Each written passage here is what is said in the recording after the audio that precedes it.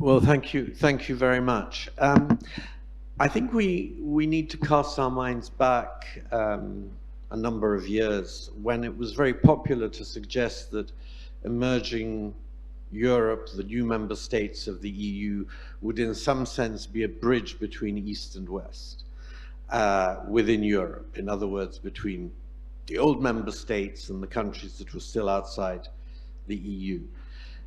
I think the Russian aggression, the Russian, totally unprovoked Russian invasion of Ukraine has fundamentally changed that perception.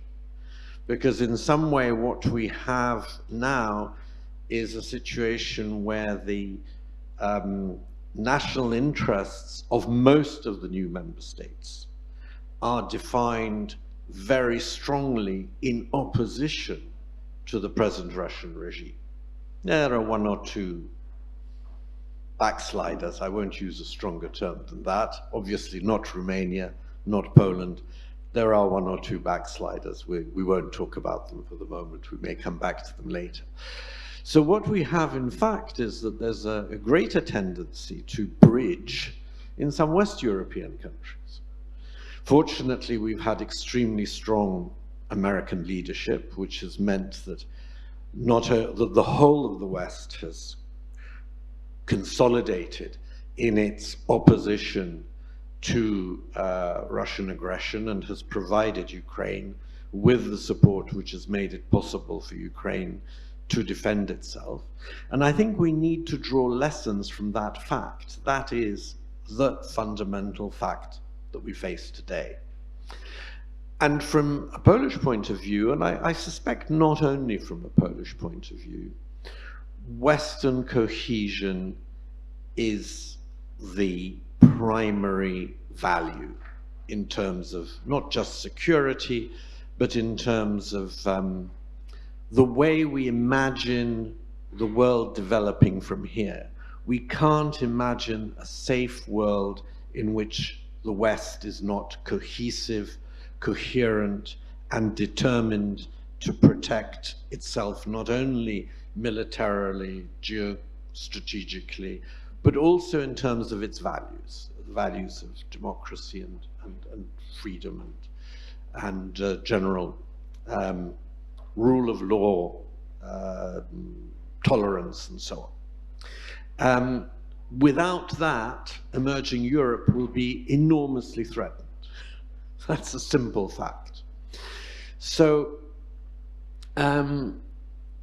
what we can hope for, if we look forward in time, is that with a Ukrainian victory, which is not 100% assured, especially given some of the dangerous signals coming out of parts of the United States political spectrum, but nevertheless, hopefully that will be dealt with within that American political system, so that the determination of the United States to lead on this issue will continue. In that context, we can hope that after a Ukrainian victory, what we're going to have to do is to help the Ukrainians to consolidate a properly competitive market economy, not dominated by oligarchs, consolidate their democracy, consolidate the rule of law, and we will be able to hope that that example of a highly successful Ukraine will lead to similar changes, probably over a much longer period of time, although defeat has been historically a wonderful catalyst for reform, sometimes, or change, sometimes positive, as in 1905, sometimes catastrophic, as in 1917 in Russia, but it has been a catalyst for change, and we can hope that defeat in war followed by success for Ukraine, the integration of Ukraine into the European Union, will become a path that Russian elites will decide that they need to come back to. And I think that's really, I suppose we shouldn't be thinking of emerging Europe as a bridge, but we might be thinking of it as the as the avant-garde, yes, the avant-garde of healthy economic, political and economic developments. Now, just one final word. We can't simply take from the United States. If we rely on them, and we do massively, to provide leadership, military support in terms of equipment, and so on, we also have to be ready to provide the same kind of solidarity with them in the Pacific, in the Far East and in the Pacific.